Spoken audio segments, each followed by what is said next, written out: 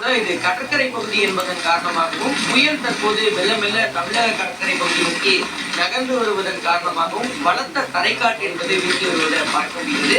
70 முதல் 80 கிலோமீட்டர் வேகத்திலும் அவ்வப்போது 90 கிலோமீட்டர் வேகத்திலும் பலத்த தரைக்காற்று தற்போது வீசக்கூடிய காட்சிகளை நீங்க பார்க்க முடியுங்க.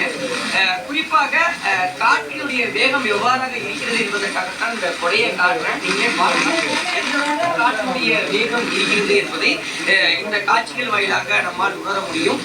குறிப்பா கடலை பொறுத்த மட்டும் பார்த்தோம்னா கடுமையான சீற்றத்தோடு காட்சியளிக்கிறது. சுமார் வழக்கமாக 3 to 3.6 மீட்டர் வரைக்கும் இருக்கக்கூடிய கடல் அலையுடைய எழுச்சியானது கூடுதலாக 1 மீட்டர் வரைக்கும் கூடுதலாக இருப்பதாக தரவுகள் சொல்கின்றன. அது மட்டுமல்லாம இலங்கையை புரட்டி போட்ட அந்த டெத்வா புயலானது தற்போது மெல்ல மெல்ல வடமேற்கு திசையை நோக்கி நகர்ந்து தமிழக